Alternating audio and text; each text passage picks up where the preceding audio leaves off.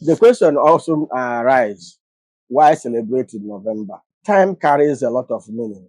For Ndi Igbo, the Igbo calendar is not just about dates. It's about rhythm. It's about memory. It's about heritage. It's about story of our lives. For Ndi Igbo, there is time for everything. There's time to plant, time to harvest, and time to even live without bountiful harvest, and what we call when the lean period of our culture of our harvesting life cycle. So when our Ahiajoku lecture began, it was held in the last week of November in alignment with our traditional Igbo calendar of after having a harvest comes celebration. That timing was symbolic. November is a period of harvest, of reflection, of thanksgiving. It was the perfect season to pause and think about the destiny of Ndi Igbo.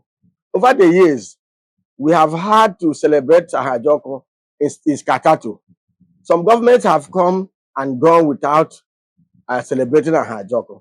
As a matter of fact, Ahiajoku lecture has suffered its own fate in the realm of lack of good governance.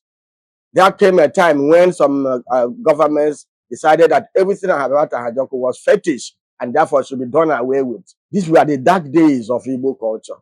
This was the dark days of celebrating our, not celebrating our success as a people. These were the dark days that have led us to where we are today, where currently the Igbo question is on discourse and the front burner of everywhere. Because if Ahiajoku, like Professor Anya and one of the previous lecturers told me, if we had continued with the celebration of Ahiajoku, today nobody will be questioning the Igbo identity in the nation called Nigeria. So over the years, the date has shifted. But in 2025, we return home, back to November, back to our roots. This is not just a scheduling change. It's a cultural statement. It reminds Ndi Igbo that heritage is strongest when it connects to tradition. By gathering in November, we reconnect Ahiajoku Lecture to East Foundation, to the harvest of ideas, to the rhythm of Ndi Igbo, to the heartbeat of Igbo celebrations. We also pay tribute through Ahiajoku in November to hard work, to have bountiful harvest, to appreciation and thanks to God for keeping us alive in the circle of Igbo harvest system.